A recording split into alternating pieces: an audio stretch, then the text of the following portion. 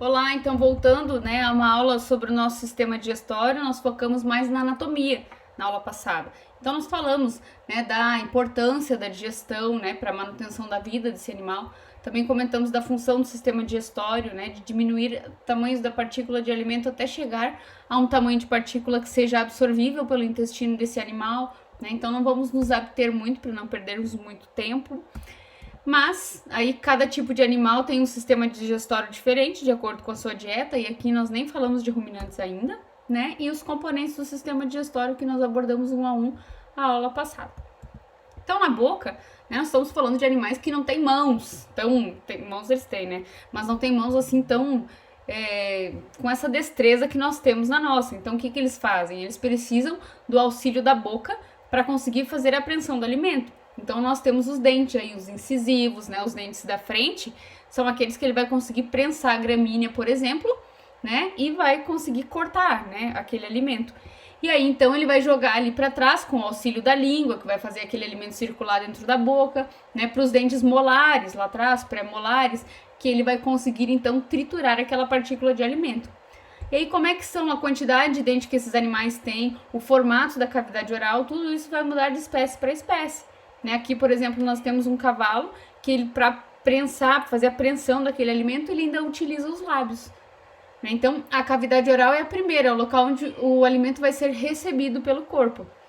E aí dentro dessa cavidade oral nós temos os dentes e também nós temos a língua, que são importantes. Então, os dentes eles que são aqueles que vão começar a digestão mecânica, né? Porque dentro da boca nós já vimos que tem dois tipos de digestão, mecânica, né, e química. Essa química vai ser responsabilidade das glândulas salivares. A mecânica, né, com o auxílio da língua e dos dentes. E aí, então, eles vão reduzir o tamanho da partícula de alimento mecanicamente através da mastigação, né? E esse dente, ele tem aí ele é composto, né, por diferentes partes, como polpa, dentina, né, a parte mais interna, esmalte, que vai recobrir, né, e a cavidade do dente externo propriamente dito. Então, como eu comentei, né, a cavidade oral ela vai ser diferente para cada tipo de animal, a quantidade de dente que eles vão ter, né, desculpa, eles não.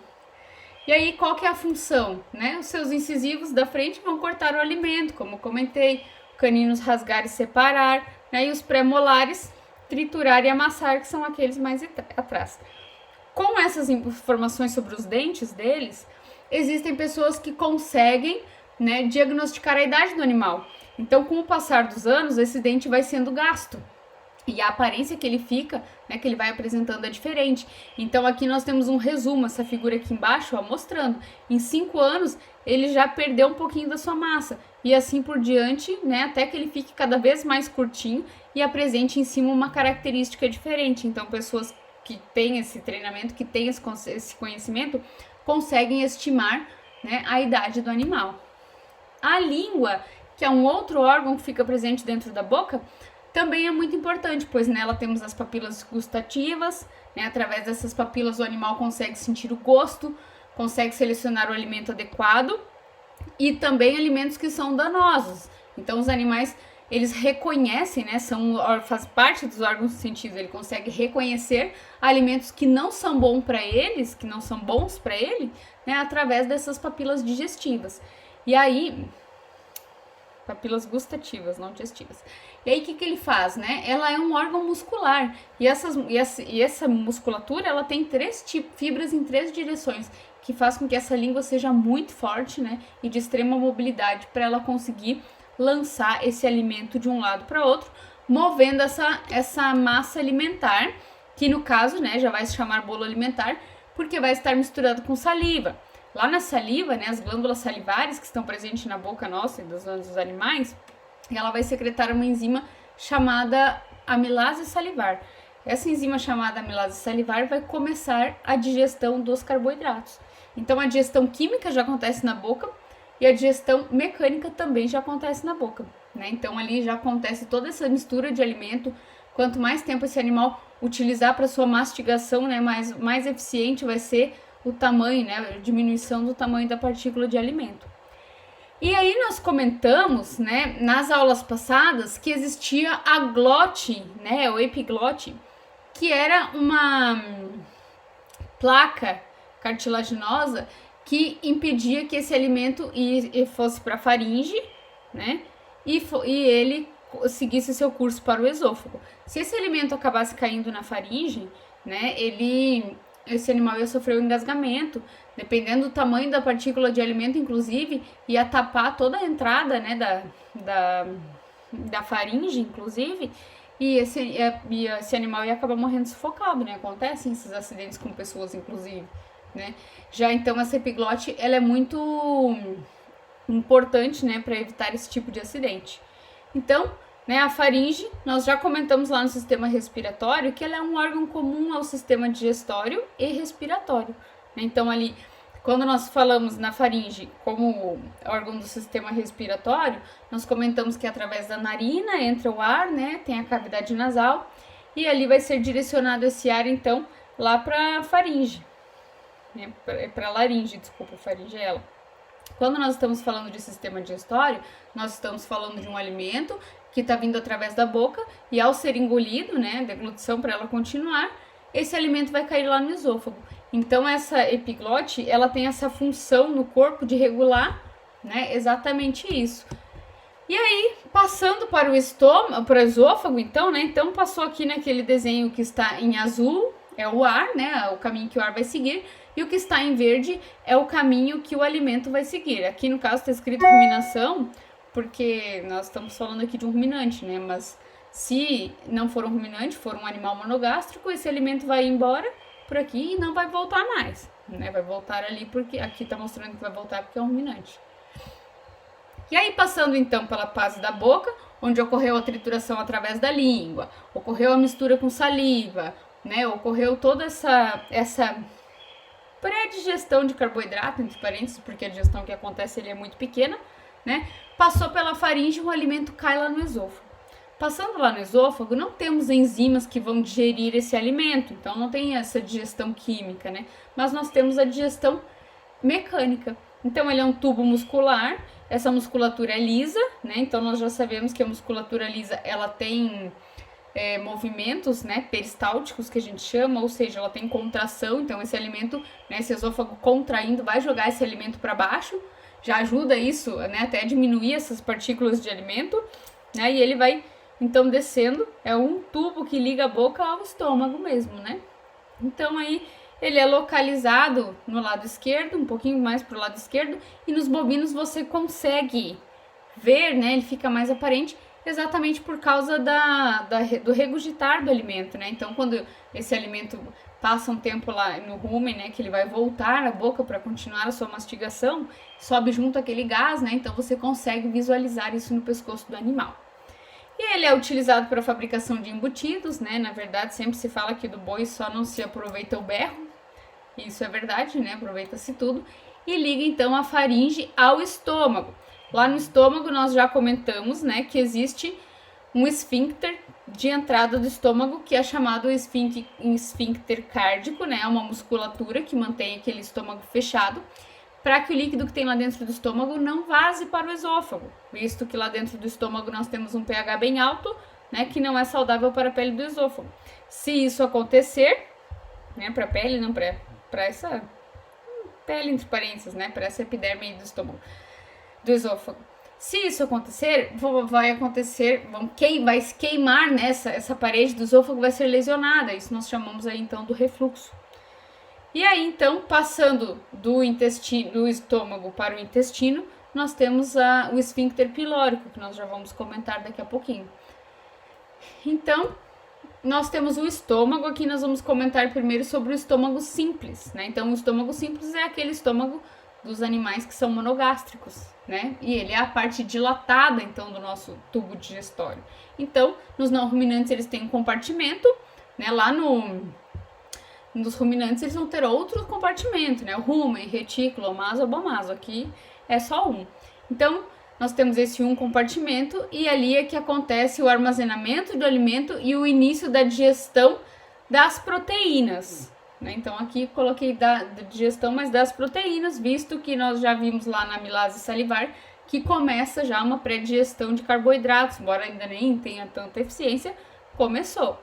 E aí esse estômago ele pode ser dividido em 4 partes, que é a função de entrada, né, cárdia, por isso que se chama o esfíncter cárdico, né, fundo e o corpo desse estômago, e o piloro, que é a ligação com o duodeno, que nós já comentamos. Então lá dentro tem glândulas, né, essas glândulas cárdicas que a gente chama, elas produzem HCl e elas produzem pepsinogênio. Então, o que é o pepsinogênio? O HCl é o ácido clorídrico, né? É ele que vai fazer que o pH do estômago baixe a 1,2, que é muito ácido. E esse pepsinogênio é um outro composto que fica ali dentro do estômago, né? Que é produzido pelo estômago, que é a pepsina, que a gente sabe que a pepsina é a enzima responsável por digestão de proteína. Ela fica ali inativada. Então, o que é o pepsinogênio? É a pepsina inativada. E aí, o que acontece? Quando entra alimento dentro dessa cavidade do estômago, né? Porque esse estômago não pode ficar com essa acidez altíssima o tempo todo. Quando o alimento cai dentro do estômago, existe um hormônio chamado gastrina. E esse hormônio, então, quando ele chega ali, ele começa a liberar ácido clorídrico, que vai abaixar esse pH do estômago, tornando ele ácido. Também começa a liberação de pepsinogênio, que é esta enzima que na presença de HCl vai tornar-se pepsina. E essa pepsina é que quebra as partículas de proteína, né? Porque as proteínas são formadas por 20 aminoácidos até, né? São cadeias compridas. Ela começa a quebrar esse alimento e formar as peptonas, que a gente chama. Então, a digestão da proteína aí acontece principalmente nesse estômago, não que no intestino depois não vai ter, ainda vai continuar tendo digestão de proteínas, né? Mas já acontece a quebra no tamanho, né? Diminuição no tamanho dessas cadeias de proteína.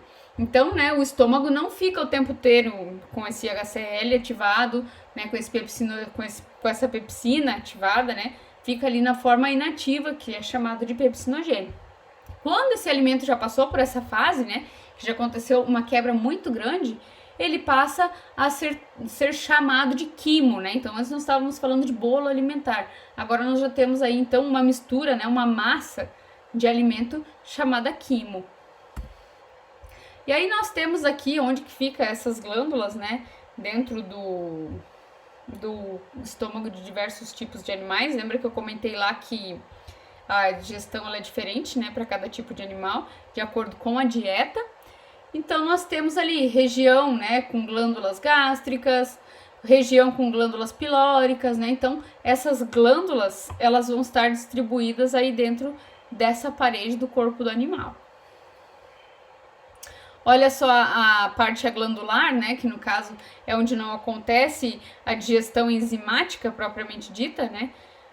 No caso do ruminante, olha só aquela parte amarela, né? No rumen. Então, ali, na verdade, tem o rumen e o retículo, que nós vamos ver. Eles ali não está acontecendo digestão química, né? Então, essa parte é a glandular. Então, existem aí, né? Nos locais onde está tendo fermentação, por exemplo, né? No rumen ali, não vai ter essas glândulas. Por isso que vai estar ali a maioria da parte amarela. Ruminantes, então ruminantes, né, tem o estômago composto, né, a primeira parte do estômago dele é o rumen, na parte do rumen, né, que vai acontecer a digestão estamos falando de herbívoros, né, então vai acontecer aí a quebra por causa de uma microbiota, né, vai quebrar essa parede celular das plantas, consegue quebrar todas? Não consegue, por isso que as excretas do bovino, então elas são ainda bem ricas, né? Porque ainda existe partes que não foram digeridas. Então, o rumen, o retículo e o omaso, né? Fica na região esofágica. E o estômago chamado verdadeiro, né? Que é o estômago glandular, é o último estômago, que é o abomaso, que vai ter a função desse estômago que nós vimos antes, né? De produzir o pepsinogênio aí, né? A pepsina e o HCl para que abaixa esse pH, para que aconteça a digestão da proteína, né? Mas depois lá no fim tem um resumo de como isso acontece. Chegando esse quimo lá no intestino delgado. No intestino delgado, que é os primeiros 30 centímetros do intestino que nós comentamos no intestino delgado, ele é dividido em 3 partes, que é o duodeno, jejum e ilho. na primeira parte do intestino delgado, que é o duodeno, que nós comentamos na aula passada, é a parte principal, né, onde acontece, então, vai terminar, né, essas enzimas do pâncreas, do fígado, vão terminar esse processo de digestão para depois, então, esse alimento será absorvido. Então, né, essas funções, né, o duodeno é a primeira parte, o jejuno é a parte maior e ilho é a junção desse intestino delgado com o intestino grosso. E aí, então, formado por mucosas, né, é extremamente irrigado por vasos sanguíneos, né, e camada serosa, ele precisa ter muita proteção. E nós comentamos, então, que sempre comento, né, que ele não é um tubo liso, que ele tem as papilas gustativas ou vilosidades, né, que é para aumentar essa superfície de contato. Ela é muito irrigada com veias, com sistema nervoso também. Então, ele tem grupos de células que ficam sofrendo divisão celular para se renovarem mais rápido, né? Então, a cada 2 a 4 dias aí se renova essa parede. Nos animais mais velhos leva de 7 a 10, né? E ali, então, elas vão se diferenciando e assumindo, né, funções específicas, como absorção, produção de muco para proteger, né, toda essa cavidade, e função endócrina, ou seja, de lançar substâncias ali dentro. E aí, então, né, como comentei antes, cheia de plexos nervosos, né, que vão controlar movimentos. Ah, mas está acontecendo o que movimentos? Está acontecendo ali digestão mecânica. Isso também acontecia lá no estômago, né, embora estivesse acontecendo principalmente digestão química lá dentro, acontecia digestão mecânica também. O estômago também faz um movimento peristáltico. Isso também acontece no intestino. E controle de secreções e fluxo do sangue que vai irrigar ali. Por que precisa ter tanto sangue, né? É uma área que vai ser, aí a digestão vai estar acontecendo, né? Então tem um gasto energético muito grande e também depois eu preciso de portas, né, para esse nutriente sair e ser distribuído pelo corpo. O intestino grosso, né, a porção final aí do intestino, ele vai ser a parte que vai ocorrer a absorção de água e a formação do bolo fecal. Então lá no intestino grosso, ele vai ser desenvolvido e diferente de acordo com a dieta, né? Porque ali nós temos a função de fermentação. Então nós temos uma flora intestinal, que nós chamamos, né, bactérias que compõem esse intestino grosso, vai estar fazendo a fermentação final, né, principalmente aí nos herbívoros, e a absorção de água para a formação do bolo fecal. Então nos ruminantes vai acontecer a fermentação, né, depois da digestão, e aí ainda vai acontecer a fermentação naqueles que ainda precisarem fazer esta fermentação. No intestino grosso também é formado, né, por partes, que é o seco e o cólon, e o reto, que é a porção final. Então lá no reto, né, ele vai ser a parte dilatável, onde as fezes aí vão ficar armazenadas, né, e o ânus é onde essas fezes vão ser expelidas. E aí o seco vai ser a junção do intestino delgado, do intestino grosso, e o cólon, ele vai ser o ascendente e o transverso, ou seja, ele vai fazer toda uma parte que aquele alimento tem que passar ali dentro para terminar a sua fermentação e a absorção de água. E aí, então, nós temos os anexos, agora que eu vou comentar mais dos hormônios, né? Então, a saliva, nós temos produzidas aí pelas glândulas salivares, nós temos as parótidas, né? Então, o meu mouse não vai dar para ver, mas tá ali, elas estão, né, tem a zigomática, tem a sublingual, mandibular, né, então elas estão distribuídas aí na boca. E aí, então, elas são conectadas por ductos à boca, né, e aí quando esse animal secreta saliva, né, a saliva sempre existe para manter essa boca úmida, né, esse ambiente úmido. Porém, quando o animal está se alimentando, né, conseguimos ver isso na gente, a produção de saliva acaba aumentando. Ou até mesmo quando a gente pensa em comida ou algum cheiro vem, já aumenta essa produção de saliva, porque o nosso sistema nervoso já sabe, já gravou determinados cheiros e determinadas substâncias, né, que já aí despertam aquela vontade de ingerir alimento e já começa aí uma produção de saliva maior.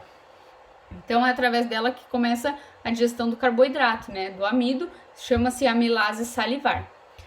Passamos lá então pelo estômago. No estômago tinham aquelas glândulas, né, na sua parede do estômago, as glândulas estomacais. Lá no estômago, então, as glândulas estomacais produziam o HCl, né, que era o ácido clorídrico, para diminuir aquele pH, também para limpar aquele alimento, né, matar qualquer tipo de contaminante, né, com um pH ácido daquele jeito. né? Ele vai limpar aquele alimento. Então lá dentro nós tínhamos essas glândulas estomacais que produziam HCl e que produziam pepsinogênio, né? Que depois vai ser ativado na forma de pepsina para a digestão do carboidrato. Já na primeira parte do intestino delgado, né? Na parte que é o duodeno, o pâncreas vai estar ligado ali e vai excretar então, né, os seus hormônios diretamente no sangue. Então nós falamos que o pâncreas é uma glândula uma glândula mista, né? Porque ela lança hormônios na corrente sanguínea e também lança secreções digestivas ali dentro, né? Naquela primeira parte do intestino delgado. E o alimento, então, lá, quando ele chega nesse duodeno, ele vai receber bicarbonato de sódio ou bicarbonato de cálcio também. E para qual que é a função, né, desse bicarbonato? Esse bicarbonato, ele vai tamponar o alimento, ou seja, nós vínhamos de um pH 1, 2 lá no estômago, né, muito ácido. Já no intestino delgado, ele tem que trabalhar, essa digestão já tem que trabalhar com pH muito mais alto, né, mais próximo, mais básico. E aí é esse bicarbonato que vai fazer com que esse alimento suba o seu pH e fique, né, aí deixe de ser ácido, né? Ele fique básico. E aí, então, né, o seu ducto vai estar ligado ao duodeno, a primeira parte. Então, saiu esse alimento do estômago, passou lá pela glândula cárdica, né, pelo piloro. Passou lá no piloro, então, no esfíncter. Quando esse esfíncter fecha, que o alimento chega ácido na primeira porção do intestino, o pâncreas vai lá e joga esse bicarbonato. Lançando esse bicarbonato lá dentro, né, tamponou aquele alimento, que já vai ser chamado de quilo já aqui no final. E aí, então, tamponou aquele alimento vai tornar-se básico, deixou de ser ácido e a digestão vai continuar. Então, vai, né, neutralizar a acidez. Também vai existir a amilase pancreática. Então, antes nós tínhamos a amilase salivar lá na boca, agora o pâncreas também produz enzimas de digestão de amido. Então, termina a digestão daquele amido que começou lá na boca. O pâncreas também tem a lipase pancreática, então, para fazer a lipólise, ou seja, a quebra, né, das gorduras. Essa gordura ela vai ser quebrada em ácidos graxos e glicerol para conseguir ser absorvida. E nós estamos comentando também, né, de digestão de proteínas no estômago, mas elas ainda não aconteceram por completo. Né, as cadeias de proteínas foram quebradas. Nós comentamos que as proteínas podem ter aí ligações de até 20 aminoácidos, né? Então essa quebra ela tem que ser bem efetiva. Então lá dentro do intestino delgado, na primeira parte, no duodeno, também vai acontecer digestão de proteínas, né? Então o pâncreas lança tripsina, quimotripsina, para que essa digestão então seja efetiva, né, e termine. Então tá aqui, ó, o pâncreas, né, ligado, bem irrigado ali por vasos sanguíneos, lançando, né, as suas enzimas dentro do intestino. Outro anexo, né, bile, que fica ali armazenada na glândula biliar, que é aquele pacotinho verde ali, né, aquela glândula que fica guardando. Não é uma glândula, né? Quem produz, na verdade, é o fígado. É um armazenamento. Então, ela fica ali armazenada dentro, né, dessa vesícula biliar. E ela é lançada dentro também do intestino delgado, na primeira parte, que é o jejuno. Então, o que ela faz? Ela emulsiona a gordura. É como quando você joga um detergente, sabe? Quando a louça tá suja, tá colado um monte de gordura, quando você joga um detergente nessa louça, ela emulsiona toda aquela gordura, né, sai muito mais fácil. Essa bile, ela é como se fosse um detergente, entre parênteses, né, ela vai emulsionar essa molécula de gordura aí, para ficar mais fácil, começa a quebrar essas partículas de gordura, que o pâncreas também vai ter aquela lipase pancreática para quebrar propriamente dito. E aí, então, quem produz é o fígado. Aconteceu algum problema, né? Pedra na vesícula. Essa pessoa pode tirar essa vesícula e viver normalmente, porque a produção de bile não vai ser afetada. Quem produz é o pâncreas, né? Pâncreas não, o fígado. A vesícula biliar só armazena. E aí, deglutição. Então, esse processo mecânico aconteceu, né? De mastigação, de engolir esse alimento. E aí, então, né, desencadeou um monte de reflexos, o esôfago fez os seus movimentos peristálticos, chegou lá no estômago, teve movimento peristáltico, teve enzimas, né, proteolíticas para digerir aquela proteína, né, pepsina, começou a digestão daquela proteína, o pH ficou bem ácido, passou para o duodeno, né, lá no duodeno aquela bicarbonato tamponou aquela acidez, né, o alimento tornou-se básico lá e as digestões foram terminadas ali na primeira parte do intestino, através das enzimas do pâncreas, né, da enzima aí da biliar, né, a enzima da bile produzida pelo fígado, e esse alimento então foi terminando, quebrando essas partículas de alimento a tamanhos tão pequenos que agora a segunda parte do intestino, né, que é o jejuno, está pronta com todas aquelas vilosidades, né, para conseguir absorver esta partícula.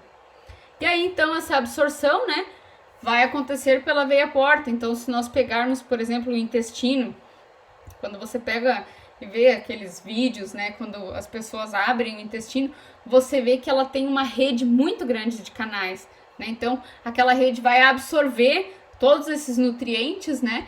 E aí o fígado vai desintoxicar todas essas substâncias. E aí, então, essa vai passar para a veia hepática, né, para o sangue, aí vai para o corpo inteiro.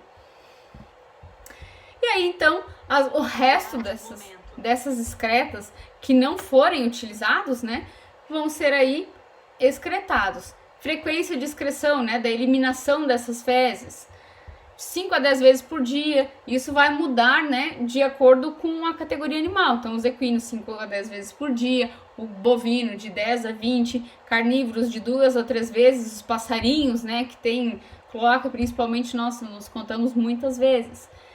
Tempo necessário para essa digestão também é diferente de animal para animal. Nós não estávamos falando de sistema digestório diferente para cada categoria animal, né? Então nós temos aí diferenças também, né, nesse período de degradação dessas partículas a chegarem a tamanhos mínimos capazes de serem absorvidos.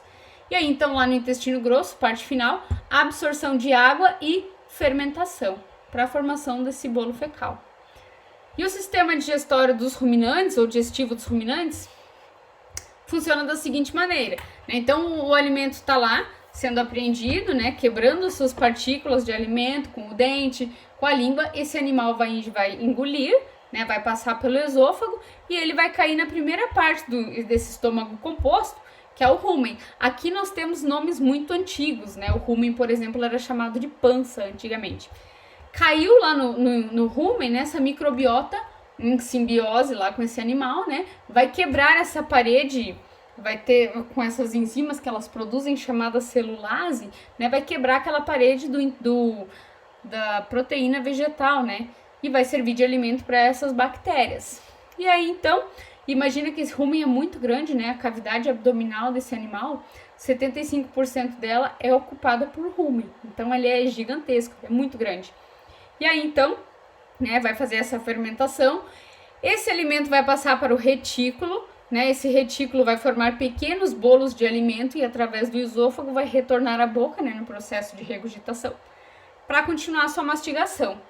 Depois, ao ser engolido, né, vai cair lá no omaso, que é um estômago com muita parede muscular. Então, ela fica ali, tem uma digestão mecânica bem forte, né, fazendo peristaltismo, reabsorvendo água, então ali acontece também reabsorção de água, né?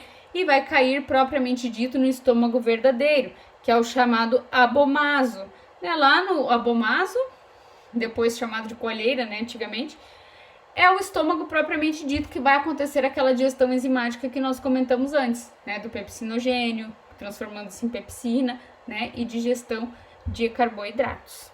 Então, na verdade, só muda um pouco dessas fases, né? Na verdade, ele vai acontecer mais digestão mecânica, um pouco de absorção de água, né? Vai ter fermentação, porque visto que nós não conseguimos quebrar essa celulose da parede celular, né? Esse animal também não consegue.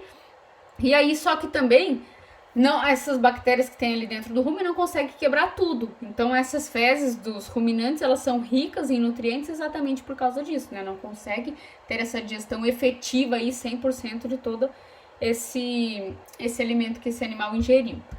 Então, da noite conversamos, né, no Meet, nos encontramos lá, para esclarecimento de dúvidas, e lá eu vou comentar mais o passo a passo, que na verdade não quis falar tanto, né, para que não ficasse aí muito grande o vídeo, embora tenha ficado, né? Então até breve.